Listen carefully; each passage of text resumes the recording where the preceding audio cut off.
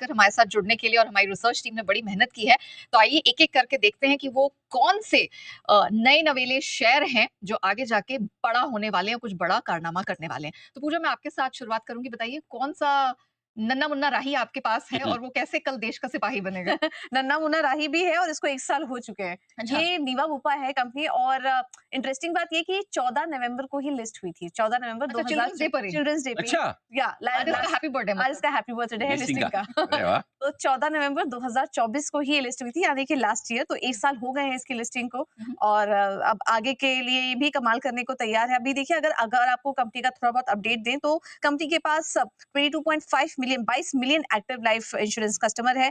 213 branches के साथ काफ़ी सारे 10,000 से ज़्यादा हॉस्पिटल नेटवर्क भी है। बढ़ते कंपटीशन के बीच भी हम देख रहे हैं कि 14 से 16% की आरओई हासिल कर रही है ये कंपनी और भारत में हेल्थ इंश्योरेंस इंडस्ट्री में जिस तरीके से फोकस बढ़ रहा है, उसमें सबसे ज़्यादा फ़ायदा यहाँ पर इस कंपनी को मिल सकता है। तो ये कुछ कंपनी के डिटेल्स हैं, 1 साल हो चुके हैं। हुँ। सर अब बताइए उम, आगे के ग्रोथ ट्रिगर्स कैसे नज़र पूजा आते मुझे ये बात सुन के बड़ा अच्छा लगा कि हमारी रिसर्च टीम न सिर्फ़ मतलब कंपनी की फाइनेंशियल्स की, बिज़नेस मॉडल की तो रिसर्च कर ही रही है।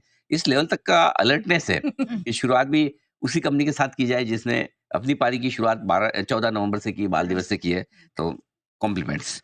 चलिए, तो सबसे पहले नीवा बुपम, ये कंपनी मुझे बहुत पसंद है और इस कंपनी में पोटेंशियल बहुत है एक्चुअली। पहले तो ये कि वित्त वर्ष 2029 तक कंपनी का इरादा है आरओई 18% तक ले जाने का और मुनाफ़े की ग्रोथ 60% के आसपास की 24 से 29 के बीच के सालों की वो रखना चाहते हैं। ये एक अच्छा पॉज़िटिव है।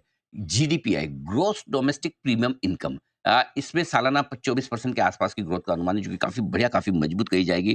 कंपनी कंबाइंड रेशियो को भी सुधारना चाहती है, जो कि सुधार कर वो 95.3% के आसपास ले जाने का उनका टारगेट है वित्त वर्ष 2029 में। धीमे-धीमे ये सुधरता है, ऐसा नहीं कि एक ही दिन में हो जाता है, तो ये भी सुधारने का पूरा प्रयास है कंपनी का। और हाल ही में जो बड़ा डेवलपमेंट हुआ है इंश्योरेंस सेक्टर के लिए, जीएसटी के पूरे रिफॉर्म्स जो हैं उसमें, इंश्योरेंस प्रीमियम पर जीएसटी ज़ीरो कर दिया गया है और कंपनी ये पूरा का पूरा बेनिफिट डिस्ट्रीब्यूटर्स और कस्टमर्स को पास ऑन करने का कह चुकी है। तो ज़ाहिर-सी बात है कि इंश्योरेंस का जो पेनिट्रेशन है, इंश्योरेंस जो फैलना है भारत में, जिसका अभी काफ़ी कम फैलाव है, तो वो बढ़ता हुआ नज़र आएगा। तो मुझे लगता है कि और एक और चीज़ जो मैं कहना चाहता हूँ, एक जो हाई एंड इंश्योरेंस प्रोडक्ट है, हुँ, इनमें 2-3 इनकी स्कीम्स ऐसी है जो बहुत पॉपुलर है, एचएनआई, अल्ट्रा एचएनआई में, हुँ। जिनको मतलब एकदम बड़े-बड़े इंश्योरेंस लेने हों, 1 करोड़, 2 करोड़, 5 करोड़ के हेल्थ इंश्योरेंस या किसी को ऐसा लगता है कि मुझे एक ऐसा इंश्योरेंस चाहिए जो मैं दुनिया भर में कहीं भी जाकर इलाज कराऊँ, तो इस कंपनी की पॉलिसीज़ बड़ी पॉपुलर उस स्पेस में। तो मुझे लगता है कि ये कंपनी आने वाले समय समय में बहुत अच्छा करेगी। अ, बचपन से 55 तक पहुँचने की तैयारी है इसकी। क्या बात है! नीवा बूपा बचपन से 55 तक बेहतरीन कमाल करने की तैयारी है। लेकिन आइए पूजा के बाद अब प्रियंका के पास चलते हैं। प्रियंका बताइए आपके पास कौन से नन्ना-मुन्ना बच्चा उसकी मुट्ठी में क्या है? बिल्कुल नेहा ये कंपनी बहुत पुरानी है लेकिन लिस्ट अभी हाल ही में हुई है इसलिए आप नन्ना-मुन्ना मत समझिए, ये बहुत बड़ा पोटेंशियल मतलब रखती है। ये बड़ा बच्चा है। ये बड़ा जल्दी बड़ा हो जाएगा। अच्छा। ये है एलजी इलेक्ट्रॉनिक्स और साउथ कोरिया की जो एलजी कॉर्पोरेशन उसकी सब्सिडरी है इंडिया में जो लिस्ट हुई है और इसके पास 2 तरह के बड़े सेगमेंट्स हैं जहाँ से इसका रेवेन्यू आता है। पहला तो है आपका होम अप्लायंसेस और एयर सॉल्यूशंस और दूसरा है होम एंटरटेनमेंट। दोनों कैटेगरीज में है, बी टू बी और बी टू सी दोनों में ही है। अच्छा खासा बड़ा इनके पास मार्केट शेयर है अगर आप इनकी डिफरेंट सेगमेंट्स की बात करें। अब जैसे अगर आप रेफ्रिजरेशन की बात करें 30% इंडियन मार्केट का जो मार्केट शेयर है एलजी के पास है। वॉशिंग मशीन की बात करें इंडिया में जितना बड़ा मार्केट शेयर है उसका 34% एलजी इलेक्ट्रॉनिक के पास पास है। तो लिस्ट अभी हुई है लेकिन अब सर बताएंगे कि कितना पोटेंशियल आप देखते हैं सर। मेरा तो ये आईपीओ के वक़्त से बहुत ही फ़ेवरेट बच्चा रहा है जी। जो कि बहुत बड़ा है लेकिन अभी भी मतलब और बड़े होने की बहुत ताकत है और जिस तरह से रिस्पॉन्स मिला था इस आईपीओ को अब तक का सबसे बेस्ट था। सबसे ज़्यादा रिस्पॉन्स वाला आईपीओ रहा है और वही तब जबकि विदेशी प्रमोटर और पूरा का पूरा ऑफर फॉर सेल हो यानी कि एक वैल्यूएशन सस्ते और दूसरा ग्रोथ की अपॉर्च्युनिटी काफ़ी ज़्यादा। नो डाउट आईपीओ से अब तक 45% बढ़ चुका है लेकिन हमें लगता है कि लीडिंग मार्केट पोज़ीशन होने का इसको मिलेगा फ़ायदा।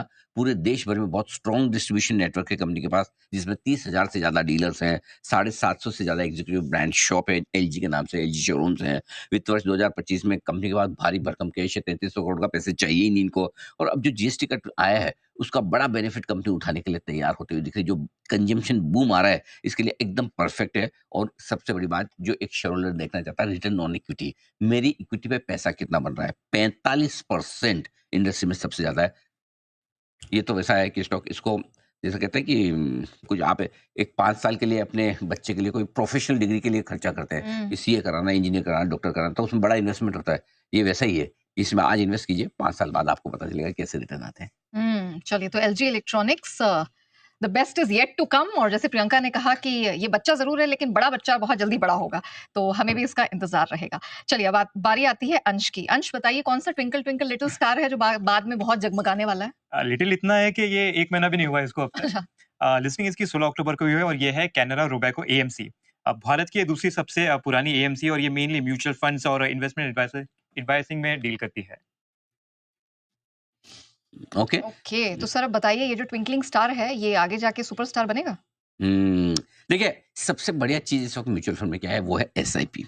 एसआईपी के ज़रिए जो लगातार पैसा आ रहा है, ये क्या है कि ये पैसा ना स्टेबल है हुँ। और धीमे-धीमे बढ़ता है। जो जनरली इन्वेस्टर्स एसआईपी करते हैं, वो छोटा-छोटा, छोटा-छोटा पैसा लगाते रहते हैं, तो पहली चीज़ ये।